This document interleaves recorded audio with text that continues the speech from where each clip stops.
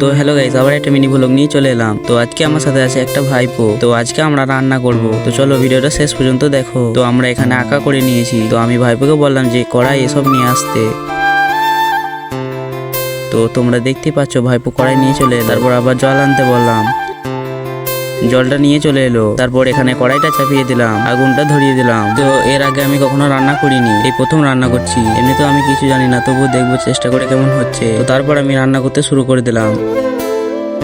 তো গাইস আগুনটা বেরিয়ে চলে আসছে, তাই ওই খেজুর পাতাটা ফেলে দিয়ে চলে এলাম। তো তারপর এখানে আলুটা দিয়ে দিয়েছি, তারপর জল দিয়ে দিলাম। এই ভাইপোটা ওইদিকে জাল দিচ্ছে আর আমি এইদিকে। তো গাইস আমার তো খুব কষ্ট হচ্ছে, তোমরা দেখতেই পাচ্ছ আমার চোখে বান চলে এসছে। কি করব, কষ্ট হলেও রান্না করতে হবে। ও আমাকে বলছে যে রান্না করব, তাই ওর কথা শুনে রান্না করতে গেলাম।